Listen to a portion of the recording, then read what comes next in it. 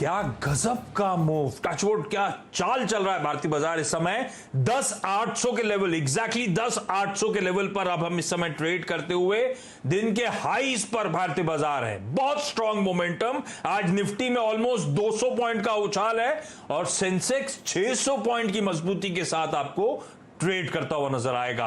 Gap up के साथ शुरुआत हुई क्योंकि डाउ फ्यूचर्स इंडिकेट कर रहे थे कि आज यूएस मार्केट्स 3 दिनों की छुट्टी के बाद जब खुलेंगे तो मजबूती के साथ खुलते हुए नजर आएंगे और उसके चलते अक्रॉस एशिया में बाइंग थी। एसजीएक्स सुबह ही दिखा रहा था मजबूती, लेकिन जहां खुले उस पर कंसोलिडेट करके अब फर्दर अप मूव्स आपको आपकी स्क्रीन पे नजर आएंगे। आपकी स्क्रीन पे आएगा लेफ्ट टू राइट। देखिए किस तरह से बिल्डअप लगातार आपको भारतीय इक्विटी मार्केट्स में देखने को मिलेगा। निफ्टी बैंक आपकी स्क्रीन पर आएगा, उसमें भी अच्छी तेजी, अच्छा मोमेंटम। और इस समय निफ्टी जो है 200 दिन के मूविंग एवरेजेस 200 डीएमए के ऊपर पहुंचता हुआ आपको आपकी स्क्रीन पे नजर आएगा। गजब का मोमेंटम। ये बैक टू बैक चौथा ट्रेडिंग सेशन है जब भारतीय बाजारों में मजबूती है। वेडनेसडे को 127 अंक, थर्सडे को 121 अंक, फ्राइडे को फिर 55 पॉइंट का उछाल और इन सब के ऊपर आज 190 पॉइंट की बढ़त के साथ ट्रेड होता हुआ। तो पिछले 4 दिनों में गजब की स्टीम पकड़ी हमारे भारतीय बाजारों ने। आज निफ्टी बैंक कंट्रीब्यूट कर रहा है, रिलायंस इंडस्ट्रीज, एचडीएफसी लिमिटेड, ये वो लार्जली पॉकेट्स हैं जो मोमेंटम में मदद करती हुई।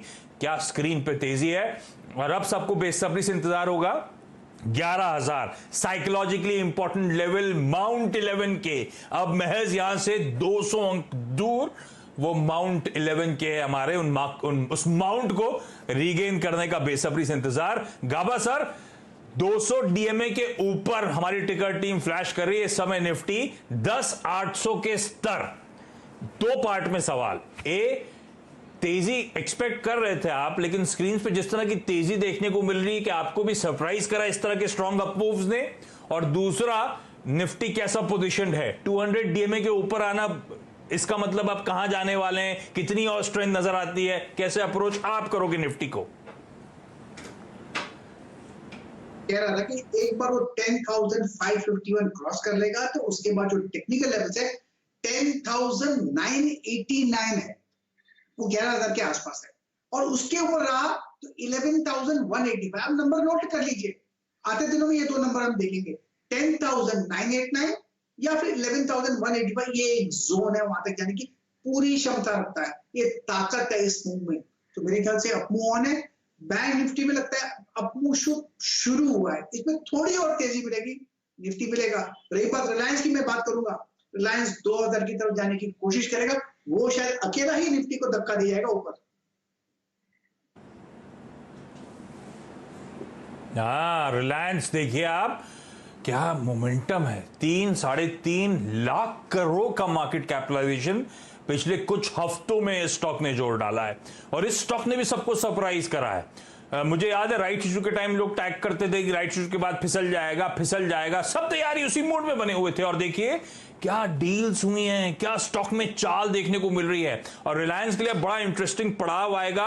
रिलायंस की एजीएम जो होती है वो सबसे इंपॉर्टेंट होती है, आपने हमेशा नोटिस करा हो। कई सारे बेंचमार्क्स, कई सारे आगे की कमेंट्री, कई सारे आउटलुक, कई सारे जो होने वाला है उसके थोड़ा सा डिटेल शेयर करी जाती है उस एजीएम में। बाजार बहुत कीनली वॉच आउट करता है और 15 जुलाई को ध्यान रखिए रिलायंस की एजीएम है। और एजीएम से पहले क्या स्ट्रेंथ पकड़ रहा है ये स्टॉक। इस समय 3.25-3.5% का उछाल। रिलायंस की बात कर रहा हूं, गाबा सर का कॉल था, लेकिन क्योंकि बात हुई है, हमेशा बेटर है कि डिस्क्लोज कर देना चाहिए। स्टैंडर्ड डिस्क्लोजर है कि स्वामित्व और प्रबंधन, ये जो चैनल सीएनबीसी आवाज है, इसका रिलायंस इंडस्ट्रीज के पास है, ये ध्यान रखिएगा। लेकिन स्क्रीन पे क्या तेजी इस स्टॉक में, 1850 के लेवल्स पर इस समय ट्रेड करता हुआ। अच्छा, ऐसे ही 2 और स्टॉक मार्क करना चाहता हूं, बजाज फाइनेंस, बजाज फिनसर्व। इस समय जो तेजी दिखा रहे हैं स्टॉक्स, वो दोनों इंटरडे चार्ट जरा स्क्रीन पर लेकर आइएगा और इंटरडे चार्ट्स में आपको देखिएगा किस तरह का स्ट्रॉन्ग मोमेंटम ये दोनों स्टॉक्स अब पकड़ते हुए। बजाज फाइनेंस तो अब 4.5% के उछाल के साथ ट्रेड करता हुआ। गाबा सर, ये दोनों बजाज ट्विंस, कहीं कोई ट्रेड है क्या? मैंने आज सहयोगी चैनल पर बजाज फाइनेंस दिया था, मुझे इसका टारगेट 3,100 का नजर आता था। मेरे ख्याल से वो चला जाएगा। स्टॉक था उस समय 2,960। मुझे लगता है इसमें अब भी तेजी है, किसी को खरीदना है खरीद लीजिए। स्टॉप लगाए 3,000 का, मुझे लगता है 3,100 के पार चला जाएगा। 3,200 भी आते दिनों में देखने को मिलेगा। आपने बजाज फिनसर्व की भी बात की, वहां पर भी तेजी है, मोमेंटम अच्छा है। खरीदने का मौका अब है। 6200 का स्टॉप लगाइए, 6600 देखेंगे। गजब की रैली, चौतरफा बाइंग आपको आपकी स्क्रीन पे देखने को मिल रही है। कई लोग चिंता में थे Q4 के बाद Q1 ज्यादा चैलेंजिंग क्वार्टर होगा, ज्यादा दिक्कतें आएंगी, मार्केट्स करेक्ट होगा। मुझे नहीं पता इवेंचुअली क्या होगा, लेकिन इस समय सबने, शायद बहुत लोगों ने मिस आउट करी है इस रैली को। और अब देखिए किस तरह से वो मोमेंटम और ये रैली पकड़ती हुई आपको नजर आएगी। अच्छा प्रकाश सर, कई लोगों की क्वेरीज हैं, क्विकली जरा क्वेरी सॉल्व कर दी जाए। मैंने आपको क्वेरी मार्क करी थी, शायद आपने देख लिया हो। विशाल सिंह तोमर साहब का सवाल, एक तो थैंक यू गाबा सर के व्यूज के लिए, खास तौर पे गाबा सर आपके व्यूज का इंतजार था। रेमंड और शॉपर स्टॉप दो स्टॉक्स हैं इनके पास। रेमंड 305 की खरीद, शॉपर स्टॉप 196 की बाइंग। जानना चाहते हैं, एक इन्वेस्टमेंट कॉल लिया था सर इन्होंने, सही इन्वेस्टमेंट कॉल है क्या? इन दोनों स्टॉक से लॉन्ग रन में, आसान शब्दों में पकड़ लेते 1 साल का टाइम होराइजन, ये दोनों स्टॉक्स आपके पास होते तो रखते हैं आपके पोर्टफोलियो में और लॉन्ग टर्म में अच्छा रिटर्न दे सकते हैं क्या तोमर साहब को? ये वो रेमंड तो होल्ड कर सकते हैं बिल्कुल। मुझे इसका बात पिछले महीने 2-4 महीने पहले अच्छा लगा था वीकली। मुझे लगता है अप मूव ऑन है, इसका टारगेट 350-400 जाना चाहिए। मुझे लगता है होल्ड करना चाहिए रेमंड। शॉर्ट टर्म में थोड़ी गिरावट आ सकती है, but nothing to worry, hold कीजिए। रही बात शॉपर स्टॉप की, मुझे लगता है शॉपर स्टॉप में थोड़ी गिरावट नजर आती है, तो पॉसिबल है कि लोअर लेवल देखने को मिल सकते हैं, लेकिन रेमंड मुझे ठीक लग रहा है। बिल्कुल ठीक है, तो रेमंड सही बैट है, पसंद आ रहा है गाबा सर को, तो तोमर साहब शायद ये इवेंचुअली अच्छे रिटर्न्स दे दे। शॉपर स्टॉप फिर आप इसका मतलब प्रकाश सर कह रहे हो कि एग्जिट कर लेने का शॉपर स्टॉप में? यहाँ पर जहां पे भी खड़ा है ठीक है, लेकिन थोड़ा स्लो मूवर है, मैं कहूंगा। हाँ के लिए ठीक है, लेकिन स्लो मूवर है। ठीक है, तो मतलब रखना है ना? अच्छा, अजय अग्रवाल साहब का सवाल है, पीटीसी इंडिया 63 पर परचेज किया हुआ है, गाबा जी से एडवाइस दिला दीजिए स्क्रिप्ट पे। सर आजकल सब आप ही की वाहवाही है, आप ही को सब पूछ रहे हैं गाबा जी, आप बताओ ना फिर, इनकी मदद कर दो। पीटीसी इंडिया क्या है कि आपके साथ जो शो करते हैं, हर्षदा का जो शो है, उसमें आप लोग अच्छे सवाल पूछते हैं, तो उसका एक नतीजा है और कुछ है। मैं तो अपना वही करता हूं जो मुझे दिखाई देता है। वेल, मुझे लगता है पीटीसी इंडिया में जो लोग, मैं भी सिर्फ सवाल ही पूछता हूं। पीटीसी इंडिया में बहुत अच्छा सपोर्ट मिला है 35-40 जोन से। यहां से जो आपको मिला है उसका मुझे टारगेट 60 नजर आता है। वक्त लगेगा, शॉर्ट टर्म में अगर कोई गिरावट आती है घबराइएगा मत, होल्ड कीजिए। 60 जोन दिखेगा, वक्त लगेगा। ये बाय एंड होल्ड स्टॉक है पीटीसी इंडिया। अच्छा, एक सवाल जरा डायरेक्टर साहब स्क्रीन पे लेकर आइएगा। वॉलचंद नगर इंडस्ट्रीज 10% थर्सडे को, फ्राइडे को 10% का मूव, आज भी 10% का मूव था और सर्किट पे था, अब वो सर्किट खुला है। काबा सर, कई लोग जानना चाहते थे कि अच्छे स्ट्रॉन्ग मूव्स के बाद आपने जो इवेंचुअल टारगेट दिए थे वो इंटैक्ट हैं क्या? वॉलचंद नगर इंडस्ट्रीज कहां तक जाता हुआ नजर आएगा? क्योंकि इस समय वॉलचंद नगर इंडस्ट्रीज और तमाम डिफेंस स्टॉक्स बड़ी हरकत में, बहुत स्ट्रॉन्ग मूव्स आ रहे हैं। एलएसी के डेवलपमेंट्स और तमाम इंडिजिनस मैन्युफैक्चरिंग की सब बातें हो रही हैं, वो बड़ा पॉजिटिव इन कंपनीज के लिए। पर वॉलचंद में इवेंचुअल टारगेट्स क्या होंगे? देखिए, मैंने उस समय जो टारगेट दिया था करीब 60 के आसपास दिया था, वो अचीव हो चुका। क्या ये वीक है? यहाँ पर बिल्कुल नहीं, स्ट्रक्चर अब भी तेज है। हाँ, इसमें अगर डिप्स आती है तो एक खरीदारी का मौका रहेगा। टारगेट कहाँ हो सकता है? मुझे पहला टारगेट इसके बाद अब नजर आता है 80। थोड़ा रेस्ट की जरूरत है। 80 चला जाएगा, फिर एक 100 एक साइकोलॉजिकल रेजिस्टेंस रहेगा, लेकिन 80 के करीब मुझे नजर आता है टारगेट, क्योंकि इसका जो मोमेंटम बढ़िया है, जो चार्ट पैटर्न लोअर लेवल से मिला है, वो क्या देता है क्लियरली, मैं बहुत बार बोल चुका, अब मैं ऊपर जा। तो बेस्ट, तो तेजी है 80 के इवेंचुअल। कई लोगों के सवाल आ रहे थे, गाबा सर से पूछेगा पिछला टारगेट इंटैक्ट है कि नहीं, तो 80 के टारगेट्स यहां पे इंटैक्ट नजर आते हैं। अच्छी तेजी के बाद थोड़ा सा पॉज है, अगले लेग ऑफ रैली के लिए शायद शुरुआत होने से पहले ये पॉज आपको आपकी स्क्रीन पे नजर आ रहा है, लेकिन अच्छे अपसाइड इन स्टॉक्स में देखने को मिलेंगे। पर क्योंकि सर्किट टू सर्किट मूव करा, एक बात मानिएगा, अपने अच्छे मुनाफे को लॉक करने के लिए स्ट्रेल करेगा स्टॉप लॉसेस को, तो वो जरूर लगाइएगा। अच्छा गाबा सर धन्यवाद। अच्छा धन्यवाद करने से पहले पूरे गांव में चर्चा है गाबा सर कि 3 महीने घर पे रहने के बाद आप वीकेंड में कहीं लंबा घूमने निकल लिए। जी हाँ, फ्रीडम। पहले तो हाउस अरेस्ट कह सकते हैं, डिटेंशन कह सकते हैं, क्या करूं, 2 दिन के लिए चला गया मैं गुजरात फार्म पे। बहुत बढ़िया, एक होता ना आजादी महसूस की, जहां पर मास्क नहीं पहना। अरे ये जो पूरे हाँ ये जो पूरे गांव में चर्चा है, गाबा साहब ने व्हाट्सएप स्टेटस में डाला था, तब मुझे पता चला कि गाबा साहब 3 महीने बाद कहीं घूमने निकल लिए।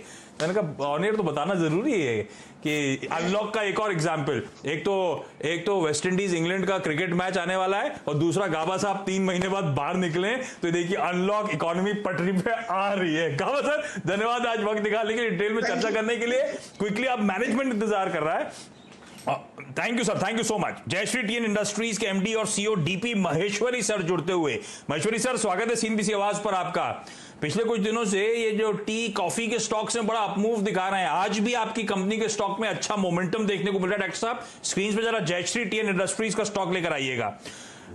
खबरें ऐसी आ रही है महेश्वरी सर की कुछ शॉर्टेज हो रही है टी में, इसीलिए प्राइस स्पाइक हो रहे हैं, क्या चल रहा है? क्या वाकई कुछ शॉर्टेज फेस कर रही है इंडस्ट्री? हाँ जी, बिल्कुल सही बात है। There is a acute shortage, 150 million kilogram short हो गया है माल। और देखिए जुलाई, अगस्त, सितंबर, ये 3 महीने वेरी हेवी क्रॉपिंग मंथ है, इनमें मेकअप का कोई चांस नहीं है। On the contrary, because of this excessive rain in Assam और इवन बंगाल, तो हम लोग पहले सोच रहे थे July will be at par, अब लगता है जुलाई में भी 20-30 मिलियन जाएगा। सो ये शॉर्टेज तो बहुत ही जेन्युइन है, वो बहुत एक्यूट शॉर्टेज है। और this has happened mixture of number of things. Pandemic का है, फिर काम बंद हो गया, वर्कर अवेलेबल नहीं थे, फिर वेदर ठीक नहीं था, इस तरह की चीज है। तो there is a acute shortage. Acute shortage है, और ये एक्यूट शॉर्टेज एक तरफ तो आप कह रहे हैं वेदर रिलेटेड इश्यूज थे तो प्रोडक्शन में कमी थी, दूसरी तरफ मैं ये भी पढ़ रहा था कि कई सारे दिग्गज टी रिटेलर्स जो हैं, जैसे कि HUL हुआ, टाटा कंज्यूमर हुआ, ये लोग बहुत एग्रेसिवली टी की सोर्सिंग कर रहे हैं बाजार से। ऐसा हो रहा है क्या मार्केट प्लेस में? उसका कारण यही है ना कि जो हाथ में स्टॉक था वो पूरा लिक्विडेट हो गया।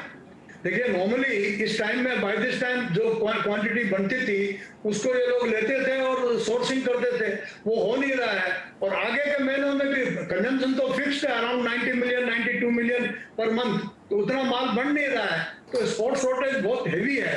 और दूसरी चीज क्या है कि लास्ट ईयर इनके पास जो स्टॉक था वो सबका सब थोड़ा लो मीडियम क्वालिटी का था, तो हाई क्वालिटी चाय उनके पास में बहुत शॉर्ट है। इसीलिए जो दाम है ऑर्गेनाइज्ड गार्डन्स के चाय के दाम, तो बेसिकली गुड क्वालिटी टी है, उसके दाम काफी बढ़ गए हैं और बढ़ने भी चाहिए, इट्स अबाउट टाइम। तो नहीं, तो मुझे समझाइए, आप कह रहे हैं तो फिर असल में इस समय डिमांड सप्लाई सिचुएशन है क्या? और टी की कीमतें जो अगर सर्ज हुई हैं डिमांड बढ़ना और प्रोडक्शन गिरने के चलते, तो ऑफलेट टी की कीमतें कितनी सर्ज हुई हैं, कितनी बढ़ी हैं? देखिए जो प्राइसेस बढ़ी हैं वो रफली अराउंड 30-40 रुपीज।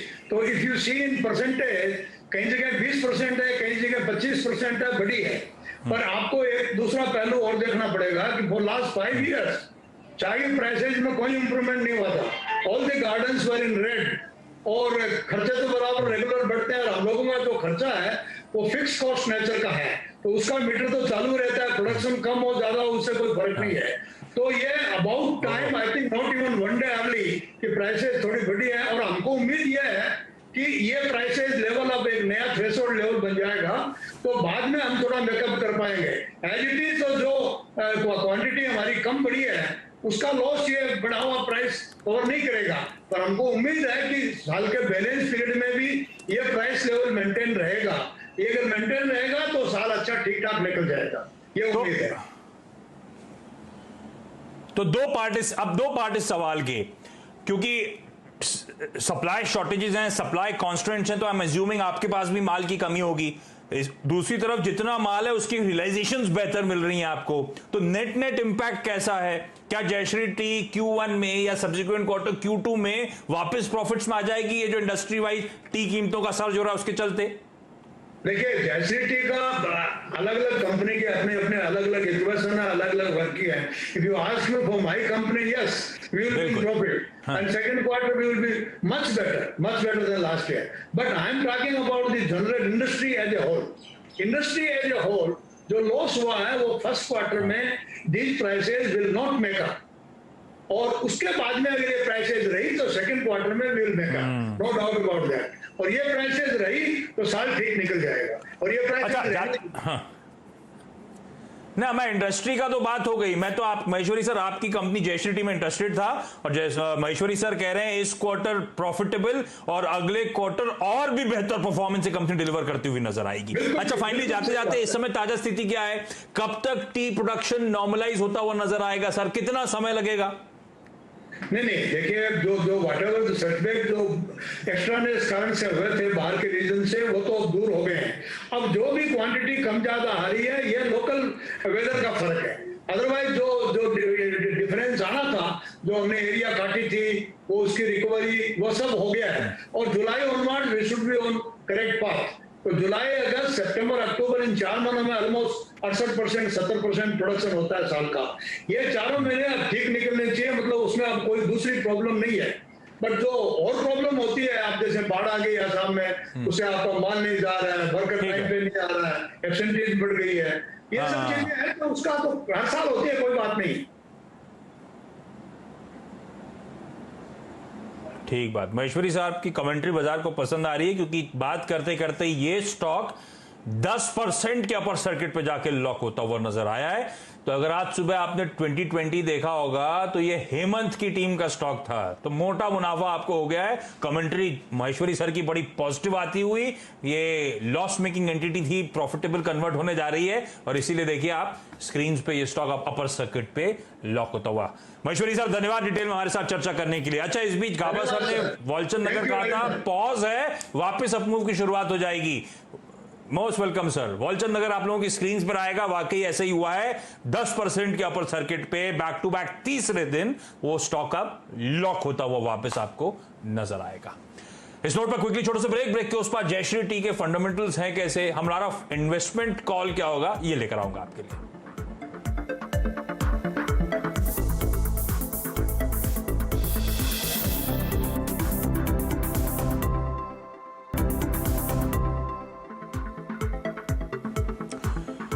चलिए, ब्रेक के बाद आपका स्वागत है, और आज हमने डिटेल में चर्चा करी जयश्री टी के एमडी सीईओ साहब के साथ। स्टॉक हालांकि आज तो 10% के अपर सर्किट पे लॉक्ड है, लेकिन जिस तरह से प्रोडक्शन रिड्यूस हुआ, डिमांड इंप्रूव हुई, तो आपने देखा कीमतें टी की जो है वो काफी उछाल दिखा रही हैं, और अब महेश्वरी सर कह रहे हैं कि आने वाला 1-2 क्वार्टर्स अच्छा प्रॉफिट को क्लॉक करेगी शायद ये कंपनी। ऐसे में इन्वेस्टमेंट्स के लिहाज से कॉल क्या लेना है, ओम कैपिटल के राजेश अग्रवाल सर जुड़ते हुए। राजेश सर हाय, जयश्री, अच्छा ये प्योर इन्वेस्टमेंट फंडामेंटल कॉल है सर, वो कोलकाता कनेक्शन नहीं है, प्योर फंडामेंटल्स के लिहाज से कॉल क्या बनता है?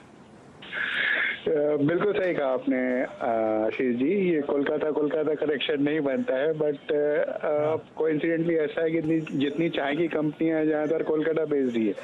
एनीवेज, जयश्री टी का जहां तक सवाल आता है, आप देखो 150 करोड़ की मार्केट कैप में इस कंपनी के बागान है दार्जिलिंग में, असम में, द्वार्स में, तमिलनाडु में, भारत में और विदेशों में, उगांडा और रवांडा में इनके चाय बागान है। Black T, green tea, speciality T बनाती है, पैकेट टी में अच्छी पहुंच है, और 300 करोड़ के आसपास का जो डेट था, कंपनी इस कोशिश में है कि कुछ चाय बागान बेच के उस डेट को कम किया जाए।